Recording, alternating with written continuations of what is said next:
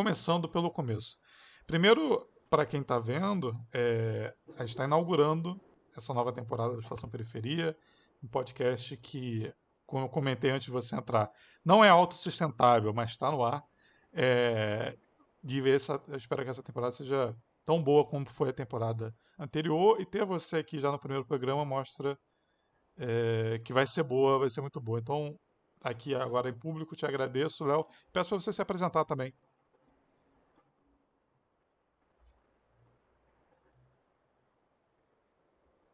Então, essa pergunta é difícil, né, cara? Eu sou o Léo, vulgo Maltrapilho, meu nome é Leonardo Camargo. Cara, eu sou seminarista, né? Estou me graduando em teologia. Sempre foi uma paixão, sempre, desde a minha conversão, há 14 anos atrás, eu nutri esse desejo de estudar teologia. Sempre fiz de forma autônoma, autodidata, assim, e nos últimos anos para cá eu tive a felicidade de ganhar uma bolsa, né, do Instituto de Janeiro e curso na FTSA. E sou educador social, cara. Sou educador, comecei como oficineiro, né, no acolhimento institucional. Há 3 anos eu sou contratado por uma ONG e atuo numa unidade de reinserção social com 16 adolescentes de diversos perfis, né, Uhum. ali dentro, e muitos com situação de cumprimento de medida, e é um desafio diário. Não, pô, não tenho Acho que dimensão é isso. disso. E, Léo, a gente tá com um delay, assim, um delayzinho, então talvez eu até te corte, mas é porque tá com um delay na É, internet. É, cara, como que o evangelho entrou na sua vida? Eu fiquei curioso sobre isso. cara, eu não nasci num lar cristão, e eu nunca me imaginei na igreja. Aliás, eu era um crítico, sempre fui um crítico, né? Eu vim de uma adolescência onde eu era de movimento do rock and roll, galera do hardcore, punk. Então, assim, eu sempre fui muito crítico à instituição igreja, né? Nunca me imaginei dentro de uma igreja evangélica, embora tenha feito primeira comunhão por conta da minha mãe, né? Essas questões aí. Mas aí eu vim a conhecer, eu tive grandes problemas com dependência química na adolescência, né? O uso abusivo de entorpecentes, de drogas, e a igreja evangélica ela me acolheu, né, nesse sentido, primeiramente numa igreja católica, com reuniões do NA, Narcóticos Anônimos, e depois numa igreja evangélica, uma Assembleia de Deus, cara, Uhum. onde me acolheram ali para me ajudar. E eu não frequentava o culto, porque eu não gostava, mas nas aulas da escola bíblica ali, no acolhimento das pessoas, eu fui conhecendo mais sobre o Evangelho. E o livro trabalhado na época era o livro de João, que é conhecido como Apóstolo do Amor, discípulo do amor, e eu fui impactado por aquela mensagem ali, né? Uhum. E fui aderindo. Ali foi minha conversão, esse processo, e ali eu consegui, enfim. E tô aí há 14 anos nessa caminhada aí. Tem uma característica importante que eu acho que a gente não comentou, que você é da Baixada, né? Também, você morou da Baixada. E uma coisa que eu acho muito interessante é como na Baixada Fluminense tem muitas igrejas.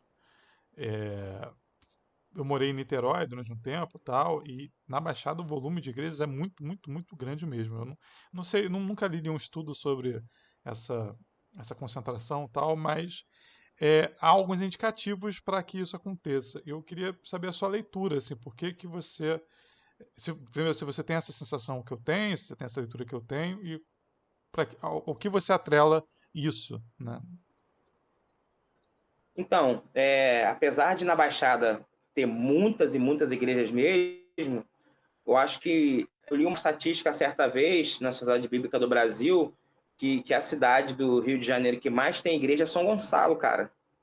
Por Que é incrível que periferia também, pareça. né? São Gonçalo é uma área dominada mesmo. Eu até brinco, diz que a cada 2 casas tem uma birosca e uma igreja, né? Então, eu atrelaço esse fato, cara, desse crescimento enorme de igrejas na periferia, somente na periferia, do rural, né, cara? Onde famílias começam a migrar, os centros urbanos por conta da industrialização da mão de obra, né, nos interiores, e essas famílias buscando uma nova oportunidade de vida, né, começa a brigar por centros urbanos e começa a participar desse projeto, desse processo de favelização, né, de ocupação desse território que são as comunidades, né, e é um povo que vem sofrido, é um povo que vem sem perspectiva de uma vida melhor, né, e encontram esse acolhimento na religião, né? A fé pentecostal é uma fé que está muito entrelaçada, né? As pessoas pobres, as pessoas da periferia, porque é uma cosmovisão teológica, um fenômeno religioso que ele nasce no meio da população negra nos Estados Unidos, né? Quebrando a hegemonia de uma teologia branca, a hegemonia de uma teologia do controle do corpo, e esse fenômeno acontece ali, principalmente na Rua Azusa, nos Estados Unidos, com um pastor preto. A primeira mulher a manifestar esse chamado de segunda bênção, que é o batismo do Espírito Santo, falar em línguas, é uma mulher negra, né, num seminário metodista. Então, assim, isso é muito simbólico para mim, né? E é uma religião, uma vertente religiosa cristã que dá muito mover ao corpo, né?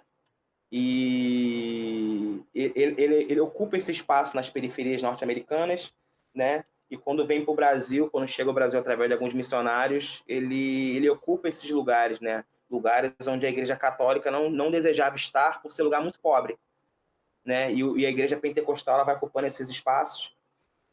E por ser, como eu disse, um povo muito sofrido na periferia, cara, a igreja ela tem esse papel de produção de sentidos, né? Então, muitas vezes, uma pessoa que, um exemplo, trabalha numa casa de família, ou trabalha de auxiliar de serviços gerais e tal, em uma empresa onde não é visto, é ignorado, é excluído, né? Na igreja ele tem um lugar de fala, na igreja ele tem um lugar ali de reconhecimento das pessoas, porque na igreja ele é um presbítero, ele é um evangelista, ela é uma missionária, ela é uma pastora, né? Então, a igreja ela tem essa produção de sentidos assim na periferia e forte adesão das pessoas, né? Que querem Cara, melhoria de vida e tal, encontram na fé essa possibilidade. exatamente, exatamente. Na verdade, joguei essa pergunta para encaixar nessa segunda que você entrou muito bem, que é no sentido que é, a sociedade, mas a esquerda também, assim, a sociedade como um todo tem essa leitura de que as igrejas evangélicas elas crescem porque e aí isolam essa única característica. Ah, elas crescem porque elas oferecem dinheiro, elas oferecem vida melhor. E, na verdade, existe uma dimensão, que é a dimensão do acolhimento, a dimensão do conforto, né, de uma periferia que é diariamente violentada, que é a igreja evangélica, ela entra nesse espaço, que é muito importante ter, né, esse espaço. E aí é uma visão um pouco eu acho uma visão bastante elitista, resumir o crescimento da igreja evangélica é só uma questão de dinheiro, uma questão de prosperidade. Óbvio que tem essa parcela, mas tem uma outra dimensão, que é essa dimensão do acolhimento. Você atua nesse sentido, né? E eu queria saber um pouco dessa atuação, sua atuação e a leitura que você faz dessas igrejas que promovem esse tipo de acolhimento e essa relação com a periferia, né? Então, é impossível hoje acho, falar de periferia e não falar de igreja pentecostal, né? Ela é um fenômeno sociológico aqui dentro, né? Que se expandiu muito. E como você mesmo falou, esse lugar de acolhimento dessas pessoas.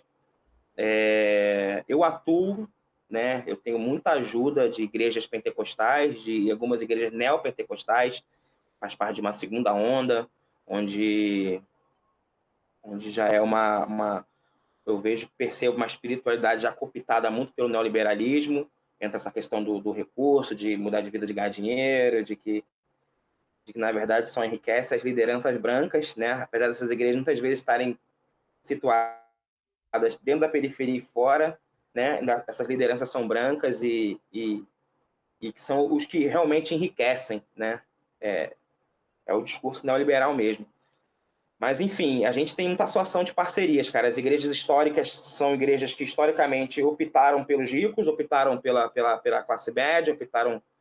E a igreja pentecostal tem uma frase muito interessante de um teólogo latino-americano, se não me engano é o Gustavo Gutierrez. Ele é perguntado, questionado, né? a teologia latino-americana fez a opção preferencial pelos pobres. Aí ele pergunta a pastores pentecostais, né, se a igreja pentecostal fez a opção pelos pobres. Eles dizem, não, nós somos os pobres, né? Então, é por aí. A igreja pentecostal tem sido um braço de ajuda para a gente aqui na periferia. Eu acredito muito, né? E eles são principais pessoas que ajudam a manter o projeto, que são voluntários, são pessoas de igrejas pentecostais e não pentecostais. Então a gente tem esse vínculo, né? Minha mãe é assembleana de igreja pentecostal, né? Então eu sou, apesar da aparência que não é muito aceita nesse ciclo por ser um ciclo conservador, eu tenho tatuagem no rosto, tenho cabelo grande e tal, xingo, bebo, né? Então, assim, mas ainda assim eu consigo ser acolhido, né, em algumas denominações e tal. E é uma relação boa, de amor e ódio às vezes. Então, eu tive dificuldade, Léo, na hora de escrever o título. Porque eu falei assim, pô, o novo evangelho é possível, mas já nessa conversa a gente já responde que né? Porque se não fosse possível a gente não estaria nessa conversa. Eu falei, pô, mas qual o título que eu ponho? Eu acabei botando Se o Novo Evangelho é Possível por falta de criatividade mesmo. Eu acho que, inclusive, não é o melhor título. Mas pensando, e aí eu te provocando nesse sentido, assim, Novo Evangelho é Possível, quais seriam as bases para esse novo Evangelho? E botando esse novo Evangelho em contraponto ao Evangelho que apoiou 2018, né? Apoiou o que aconteceu em 2018. E aí você falou, por exemplo, do Evangelho Negro, né? Se não me engano, não sei se foi esse termo que você utilizou. Eu queria. Teologia negra. Teologia negra, obrigado. Eu queria saber mais sobre isso, assim, e te provocar nesse sentido. Quais são as bases da gente pensar um novo evangelho em contraponto a esse que está aí colocado hegemonicamente, né? Então, não só esse evangelho, vamos dizer assim, essa igreja apoiou em 2018 esse governo, como a igreja brasileira apoiou o golpe de 64. A gente tem a igreja que apoiou o apartheid na África do Sul, a gente tem a igreja que legitimou a escravidão, a gente tem a igreja que era a principal ferramenta dos colonizadores espanhóis e portugueses no Brasil, né, através dos jesuítas, né, onde o batismo era a negação da cultura do outro, a demonização do outro, né, que o outro esquecesse a sua história, quem era, enfim. Então a gente tem, quando a gente pensa em um novo evangelho, na verdade eu não penso que é um novo evangelho, mas uma tentativa de voltar ao segmento original da mensagem de Jesus, né? Eu acho que o problema no Brasil é hermenêutico, é como a gente interpreta, né? Como a gente faz a leitura, é como Jesus diz no texto, como você lê, né? Como você tem lido, né?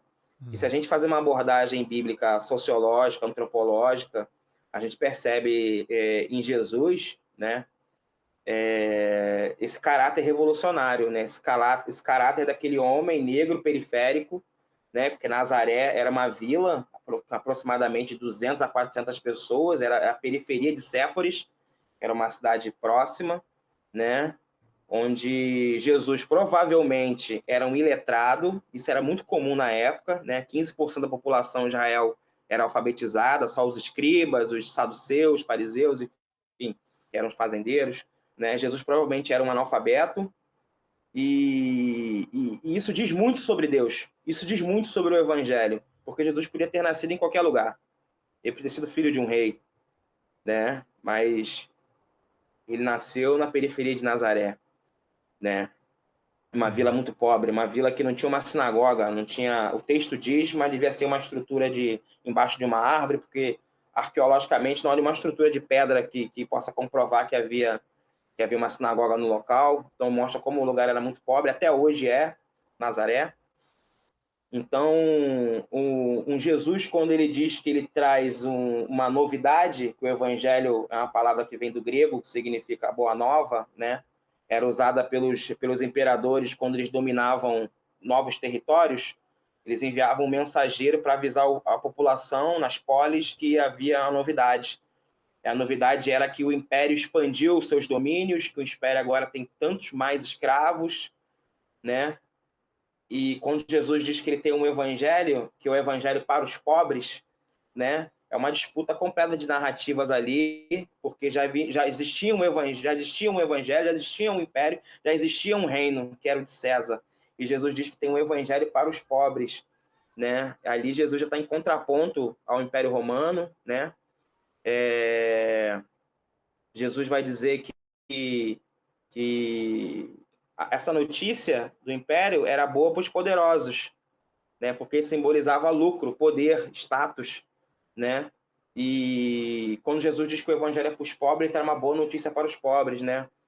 Então, quando Jesus diz, por exemplo, a paz que o mundo dá não é a paz que eu vos dou, né? Ele tá ali uma crítica clara à Pax Romana, a ideologia romana do domínio, do controle, que diziam que iam promover a paz, mas promover a guerra, né? Eram milícias romanas, como é hoje, né? As milícias, né? Ocupam os territórios e dizem promover a paz ali, fim do tráfico, mas ali estão cobrando pelo gás, pela internet. Se você não cumprir a cartilha, você é expulso da comunidade, pode sofrer algum tipo de atentado ou violência. Então, assim, não era diferente como é hoje, uma falsa paz, né? Trazida pelas milícias romanas, e Jesus vem em contraponto disso tudo, né? E esse caráter revolucionário de Jesus, ele foi acobertado por essa teologia branca, por essa teologia americanizada, europeia, né? Que foi produzida por pessoas com opulência, com contextos sociais privilegiados, né?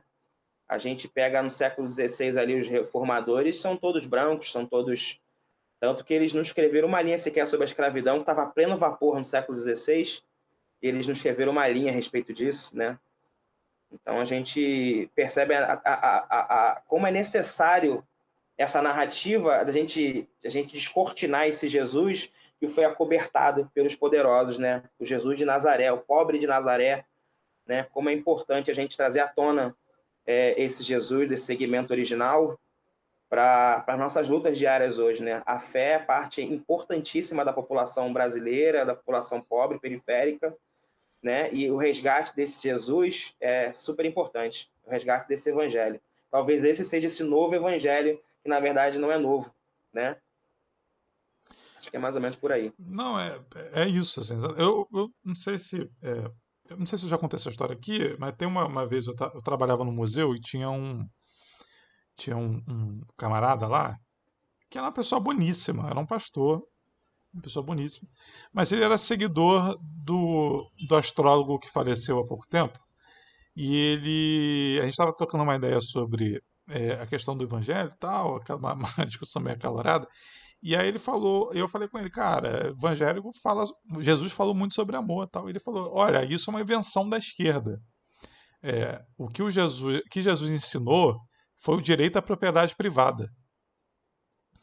E aí, não é, essa tua cara foi a mesma cara que eu fiz, assim, eu percebi que o debate daí para frente não tinha como continuar, porque ou a Bíblia não foi lida, ou o óculos que ele utilizou para ler a Bíblia era um óculos absolutamente diferente do meu. É, respondendo a ele, caso ele ouça, qual é o Jesus da Bíblia? E aí eu achei uma coisa interessante que você falou, que é atuar através do Evangelho. Logo no começo você falou uma coisa nesse sentido, e eu queria saber como que o Evangelho te ajuda a atuar no dia a dia, sabe? Não só na militância, mas no dia a dia como cidadão, assim, como formação cidadã mesmo. É justamente experimentando que o seu companheiro de trabalho disse que era uma invenção da esquerda, né?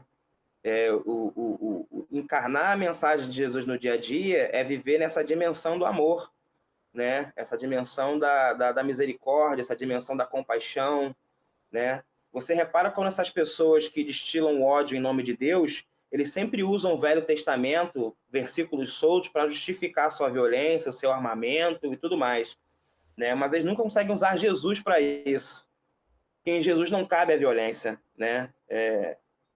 Então, assim, viver essa espiritualidade no dia a dia é quando eu estou numa socioeducação e eu estou, às vezes, com um garoto que aconteceu há pouco tempo. Ele tentou fugir da unidade, estava em surto, eu preocupado com a integridade física dele, fui atrás dele na rua, corri atrás dele e consegui agarrá-lo, né? Porque ele estava... Outros garotos queriam linchar ele, né? Se eu não me engano, se ele cometeu algum furto de algum garoto, de alguma coisa, não lembro direito da situação, mas queriam agredir ele e eu entrei na frente, os garotos tentando bater nele, e ele que foi agarrado por mim, ele deu 3 cusparadas na minha cara, né? E, e, e na hora aquilo me deixou pé da vida, né? Porque pô, tô tentando ajudar o cara tá me agredindo, o cara tá cuspindo na minha cara, tentando ajudar o cara. E beleza, eu consegui acalmar ele, levamos ele pro CAPS e tal, ele foi medicado. Aí no dia seguinte, eu cheguei na unidade e quando eu entrei na unidade, ele me olhou. E ele arregalou um olhão para mim assim, né? Quando ele olhou para mim. Aí ele ficou na dele. Aí eu fui até ele, assim, perto dele, e abri os braços para ele assim. Aí ele abriu um sorriso e me deu um abraço e pediu perdão, tio. Eu falei, só se você me perdoar também, filho. E para mim isso é poder do evangelho, porque o evangelho é amor, né? O evangelho é reconciliação.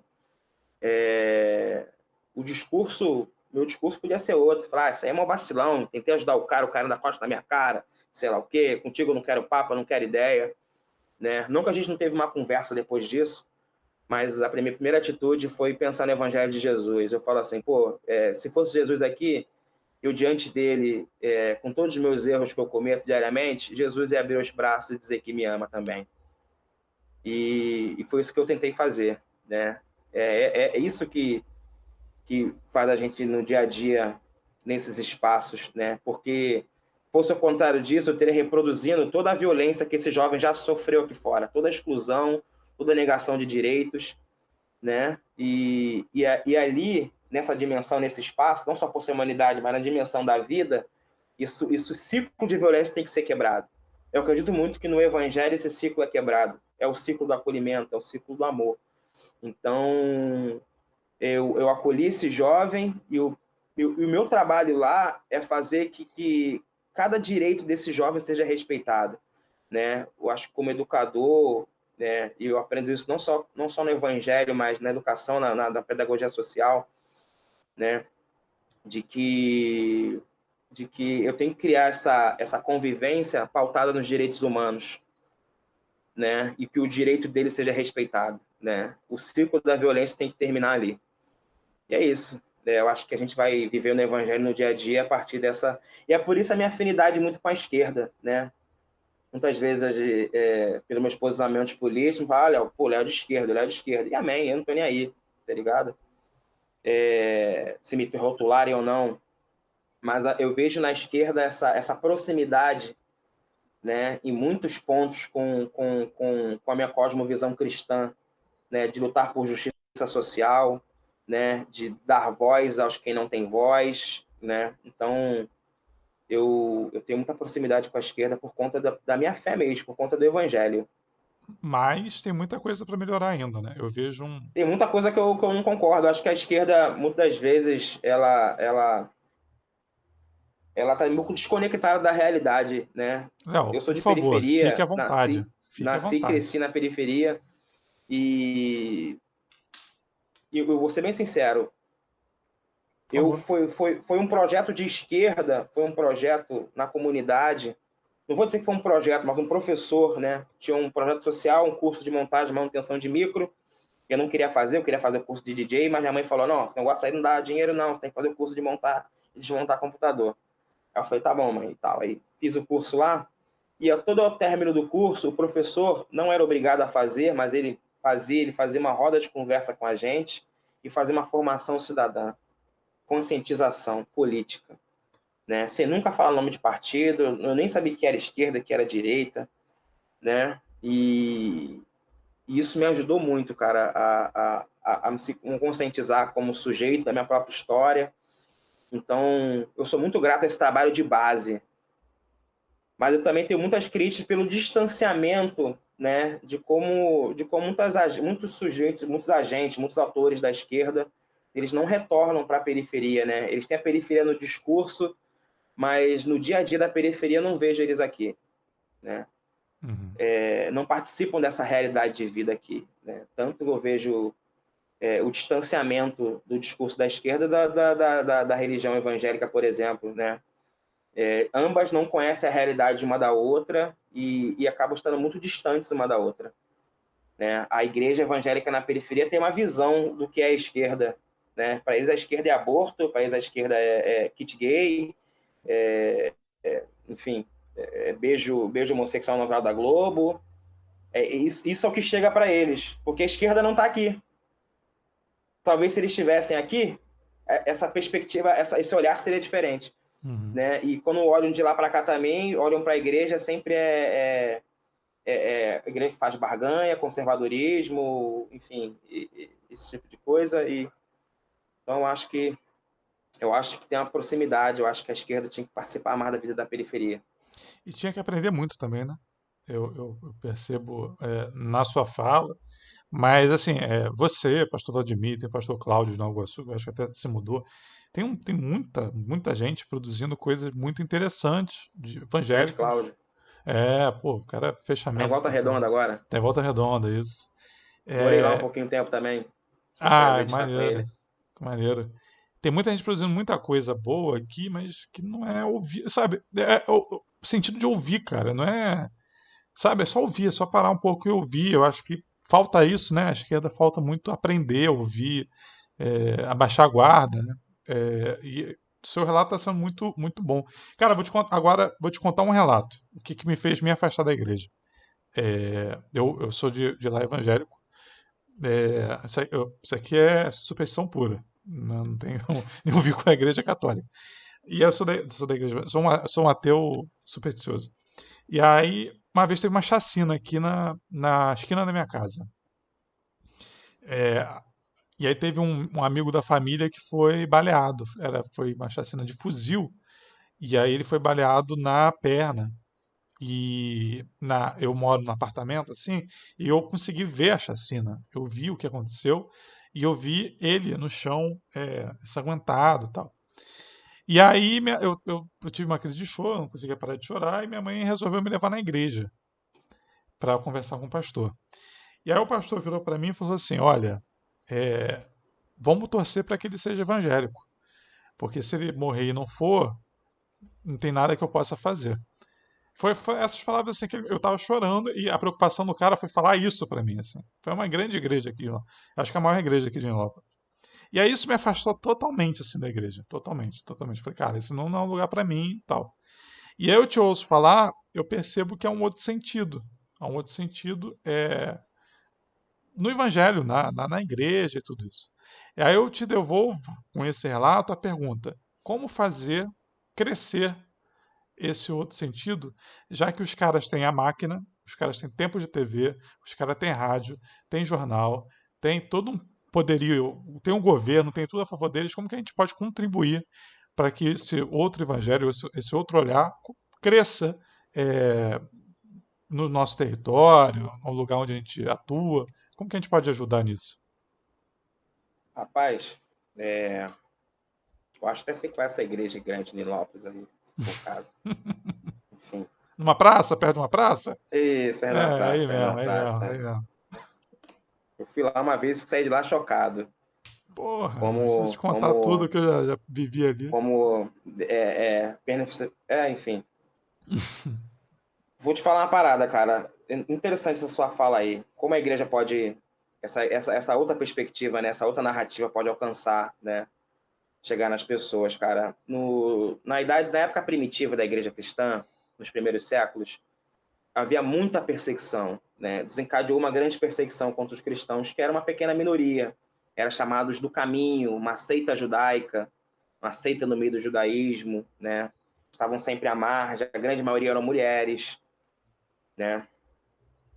Até hoje é assim, né? A grande maioria da adesão à igreja cristã, a maioria são de mulheres. E o imperador Juliano, ele escreve uma carta para um amigo, onde ele se sentia constrangido porque ele perseguia os cristãos. Ele mandava matar os cristãos. E ele se sentia constrangido porque, ainda apesar da perseguição, os cristãos cuidavam dos pobres e cuidavam dos seus pobres, dos pobres deles. O imperador se sentia constrangido porque, apesar da gente mandar matar eles, eles estão cuidando dos nossos enfermos, né? E ele se sentia constrangido com isso. E isso, esse amor cristão, essa doação cristã de estar no meio dos vulneráveis, de cuidar das pessoas, de acolher as pessoas, era o grande combustível, né, do crescimento do cristianismo, né? Esse martírio, né? Eu não se lembro se foi Orígenes ou um outro pai da igreja, outro pai apostólico, que disse que o crescimento do cristão, o martírio, o sangue dos cristãos era o grande combustível para o crescimento. Então, acho que falta isso, falta... a gente vive num país cristão, né, cara? Tanto católico quanto evangélico, de grande maioria conservadora, fundamentalista, né, cara? Eu acho que para a gente chegar, o povo não quer ouvir o evangelho, uma outra perspectiva. O povo quer ver, o povo quer tocar. Então, eu acho que a gente está nesses lugares. Eu acho que a gente tem que esvaziar um pouco essas rodas de conversa que acontecem na Zona Sul, acontece no centro do Rio, e a gente tem que estar mais com o povo, como o Padre Júlio Lancelotti, que sozinho se tornou um referencial em todo o Brasil. Claro que ele tem uma equipe, toda uma igreja, mas se tornou um referencial em todo o Brasil pelo trabalho que realiza. Eu acho que falta mais cristãos como o Padre Júlio Lancelotti, mais como Ariovaldo Ramos. A gente realmente tem que estar nesses lugares onde as pessoas estão sendo violadas o tempo inteiro, não só fazer carta de repúdio, né, não viver de carta de repúdio, que a gente cria uma falsa sensação de que a gente está fazendo alguma coisa, né, militando somente pela internet, né, é legal, é importante, conscientiza um monte de gente, mas a gente está dentro de bolha. A gente, na eleição de 2018, excluiu todo mundo que a gente tinha que pensava diferente da gente politicamente, os parentes, amigos, e a gente criou bolhas e a gente está falando com a gente mesmo. E a gente não está falando com a periferia, a gente não está falando com a massa, a gente não está falando com o povo. Então, acho que a gente tem que falar com o povo, a gente está nesses espaços, a gente está servindo, convivendo junto com eles. Tem um teólogo latino-americano que diz que só há um real envolvimento com a causa dos pobres quando há vivência com os mesmos, quando há amizade com os mesmos. Ele está falando de estar junto com os pobres. Então, eu acho que falta isso. Eu acho que para esse evangelho, essa perspectiva nova do evangelho, diferente do evangelho, se difundir no meio das pessoas, é preciso praxis cristã, é preciso estar junto com eles. E a gente sair um pouco do discurso e ir mais para a prática. Eu acho que é isso. E nesse evangelho cabe LGBTs, todo mundo? Cabe toda a mesa de Jesus é a mesa para todos, né? Jesus não falou uma palavra sobre isso, sobre homossexualidade. A gente tem uma narrativa péssima, fundamentalista dos textos bíblicos que falam a respeito de homossexualidade, né?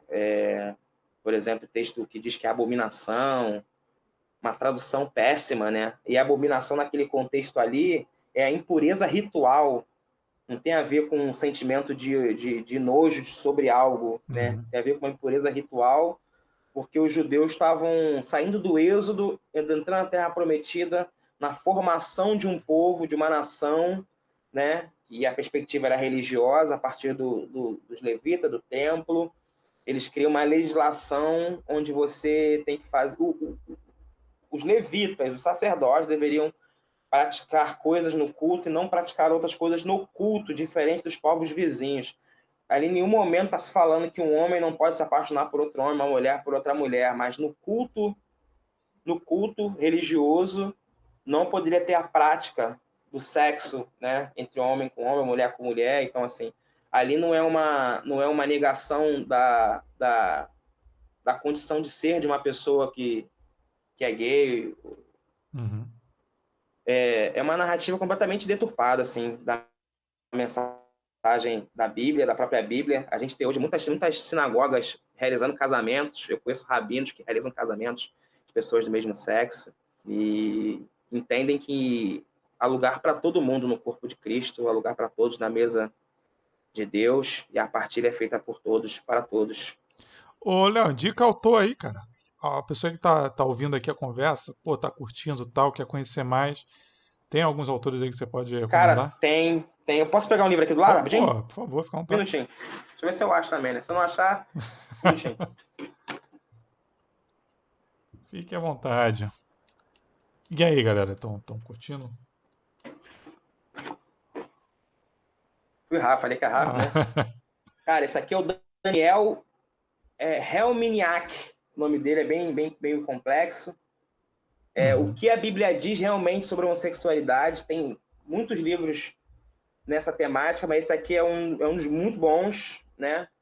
Ele vai falar sobre a raiz das palavras, tanto no Velho quanto no Novo Testamento. É muito interessante, eu indico. Muita gente me procura, muita gente está sofrendo nas igrejas evangélicas aí, por conta da sua sexualidade, né, Uhum. pela sua orientação sexual, sendo excluída e se excluindo porque acha que está em pecado, acha que vai para o inferno, acha que sei lá o quê, né? E sempre indico esse livro, troco ideia com as pessoas aí, indico alguns espaços onde elas vão ser acolhidas. Essa semana mesmo, sempre acontece.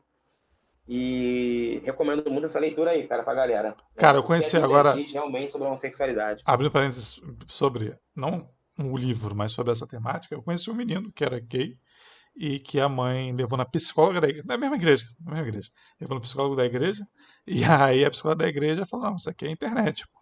Claro, isso é internet. Tira a internet daí que ele melhora. Aí a mãe tirou todos e aí é isso, menino tem vergonha, tal, hoje, mas tá ficando mal de idade, vai se rebelar, tenho certeza. Mas, cara, olha que bizarro, né? Não, ele tá tendo contato na internet. É muito doido isso. Cara, a gente tem um documentário na Netflix que trata disso também, de ministérios, né, que faziam tipo uns acampamentos para libertar as pessoas da homossexualidade. Mano, é violento isso, É cara, é violento. violento e muito triste, cara, pessoas passarem a vida inteira dentro de uma igreja sofrendo essa violência, essa exclusão, essa negação das suas subjetividades, a negação de quem ela é, Uhum. né, cara, impedindo ela de viver livremente o seu amor, de viver a sua sexualidade, né, cara, é triste ao mesmo tempo muito violento, cara. Eu recomendo para essas pessoas, cara, saiam desses espaços violentos. Saiam da igreja mesmo. A igreja está te fazendo mal, mano. Sai, mano. Uhum. Não fica nessa achando que Deus está falando no meu coração pra mim ir para outro lugar. Deus não vai falar nada, mano. Sai desse lugar, que isso aí não tem nada a ver com Deus, não. Deus é amor, mano. Esse lugar é violência, esse lugar te exclui. O evangelho é a inclusão. Então, sai desses espaços, cara. Abandona isso aí. E se puder atacar até um molotov quando for embora, mano. Uhum. Queima essa jorça aí. Exatamente. Mas sai desse espaço, cara. É complicado. Complicado. Você pegou mais livro aí, né, que eu vi? Não, só foi esse. Hã? Você pegou mais livro aí ou só foi Peguei, esse? cara, porque eu me mudei há pouco tempo pra cá, eu tô sem uma estante, tá tudo nas caixas, cara. Meus livros estão. Tem caixa por toda a casa de livro Ah, aqui, de não, teologia, maravilha. de pedagogia, E teologia negra espalhado que por você aí. falou? Você tem alguma indicação só pra. Livro? É, pô. Tenho, cara, eu tenho. Tem dois aqui, eu tava lendo um agora, não tinha, calma aí. Eu tava lendo do James Cone, né? O Teologia Negra, do James Cone, e tem Deus, né? A gente tem um teólogo no Brasil aqui, o Ronilson Pacheco, Não, né? pera aí, Que rapidinho. Você foi falar, eu lançou tava lendo, travou tudo. Só repete, por favor, o nome dos autores. James Cone, o Teologia Negra de James Cone, né? Boa. Hoje em dia está fácil acesso, né? Teve uma época que era muito difícil você achar esses livros, e quando achava estavam muito caros nos sebos virtuais aí. Uhum. Agora foram relançados aí pela Recriar aí. Espero que a Recriar veja esse vídeo e me mande um livro de graça. Vou marcar Dá um eles. merchan aqui. Né? E eles relançaram um box maravilhoso, cara, com 2 livros do James Cone. Acho que quem quer conhecer teologia negra já é uma introdução fenomenal. O livro Deus dos Oprimidos, que fala sobre a teologia negra nessa perspectiva dessa experiência negra, de interpretar Deus, essa experiência com Deus a partir da experiência negra, né? Desse Deus que ouve o clamor do seu povo no Êxodo e vai ao encontro do seu povo para a libertação. Né? Então, acho que Teologia Negra, do James Cone, e Deus dos Oprimidos, também do James Cone, uma introdução, acho que fenomenal. E você tem também o Ronilson Pacheco, a gente tem o Pastor Marco da Vida, nossa igreja brasileira, a gente tem o próprio Cláudio, né? A Uhum. gente tem a Fabíola Oliveira, coordenada ao Ministério agora pastoral, o pastor Júlio de São Gonçalo, né? A gente tem uma galera aí da O Teologia Ronilson Negra é de São aí, Gonçalo também, né? Se eu não me engano. o Nilson de São Gonçalo também. Né? Não. Tá nos Estados Unidos agora, tá Sim. concluindo acho que o mestrado, se não me engano, né? Acho que na faculdade foi fundada pelo James Cone, né? Tá bebendo da fonte da teologia negra lá. É, não, tá certo ele. E é isso. Léo, antes da gente concluir, eu percebi um pouco na sua fala sobre a questão da periferia. E como na estação periferia tá, eu acho que é importante destacar, pelo menos se eu entendi isso, é que até a atuação do evangelho na periferia é diferente dos centros de Zona Sul. E periferia, eu estou falando favela, pode ser periferia Baixada Fluminense, São Gonçalo, é diferente. Eu queria só para, antes da gente concluir, de você apontar se eu entendi certo, se essa atuação do evangelho na periferia é diferente, quais são esses elementos que transformam essa atuação diferente. Não só a atuação, né, a leitura, a praxis, tudo isso, né? Cara, eu acho que a diferença é que quando... Eu acho que o que a gente tenta trazer aqui na periferia, aqui, a partir da nossa perspectiva de fé, das nossas comunidades de fé, é uma ética comunitária, né? Aqui a gente se ajuda mutuamente, né? Aqui não tem essa minha farinha é pouca, meu pirão primeiro, né? Aqui a gente ajuda uns aos outros, né? E muitas vezes fora daqui, eu percebo que a ajuda ela vem muito de cima para baixo, né? E aqui não, aqui na periferia é olhando no olho mesmo, né? Uhum. Eu acho, vejo muita diferença quando sou convidado, às vezes, faz tempo que isso não acontece, que eu fui cancelado nas igrejas, mas quando eu era convidado para estar em algumas igrejas assim, na Zona Sul, em outro lugar assim, a gente chama no asfalto, né? Uhum. Essa questão da ajuda, ela ter hora, data e lugar, né? E forma, né? De se fazer. E na periferia ela é contínua. A gente está o tempo todo uns aos outros, né? Não sei se você vê na rede social, sempre estou fazendo pedido de ajuda para ajudar uma família aqui na comunidade, na minha própria comunidade, que está com um aluguel atrasado, que mora de aluguel, ou a irmã está sem, se faltando uma cesta básica ali. A gente faz um cato na comunidade, de porta em porta, a gente consegue rápido levantar os alimentos e tal. A Uhum. gente vai no terreiro, a gente consegue ajuda, a gente vai na igreja, a gente consegue ajuda, a gente vai ali na casa do ateu, a gente consegue ajuda, né, cara? Então, assim, para ajudar o outro, a gente tem essa proximidade na periferia de se conhecer, todo mundo se conhecer. É diferente de quem mora num condomínio que às vezes nunca nem viu o vizinho. É. Aqui a gente conhece todo mundo. Aqui eu posso chegar no pai de santo ali, no pai Léo ali, vai me dar ajuda, entendeu? Eu falar, pô, pai Léo, tô com a irmã da igreja lá, a irmã da igreja lá, pô, tô com o pessoal do terreiro ali e tal, sei lá o que, Uhum. a gente consegue e tal. Claro, aqui tem gente preconceituosa também, né? Aqui tem todo um cuidado com o discurso também, porque o pentecostalismo ele nasce dentro de uma forma conservadora, né? E no Brasil ele é cooptado, né? Ou nos Estados Unidos, enfim, é cooptado por um fundamentalismo religioso. E então a gente tem todo o cuidado no discurso, né? Mas o amor prevalece, essa vida comunitária prevalece, a gente consegue ajudar independente. Você sentiu que piorou, Léo? Piorou no sentido que tá mais difícil falar de amor? Sim, cara, de uns 3 anos para cá, pela questão da pandemia, tem o apelo também da pandemia, da questão de se ajudar uns aos outros, Uhum. que as periferias sobreviveram por causa do nós por nós, porque a gente não dependeu do governo para nada, mano. Se dependesse do governo, não teria acontecido nada, como não aconteceu, Uhum. né? E eu vi muito nós por nós nas periferias, tanto o Tonzão lá na Cidade de Deus, né, no link com a gente, com Caxias aqui, com o Movimento Caxias ali, com Wesley Teixeira, Uhum. né, cara, da galera fazer essa rede de ajuda, né, tanto a galera da Frente Evangélica pelo Estado de Direito, o MNE, Movimento Negro Evangélico, então, e a gente se ajudando mutuamente, cara. Então, assim, nisso eu percebi que nesse tempo a gente conseguiu uma comunhão, né? Comunhão no sentido original, koinonia, do diálogo, né? Do diálogo. Mas o amor tem se esfriado, cara. As pessoas, a cada dia que passa, a gente tem mais se afastado, do amor mesmo, das relações, né? Das micro-relações. Eu não sei se isso é uma característica do neoliberal, né, cara?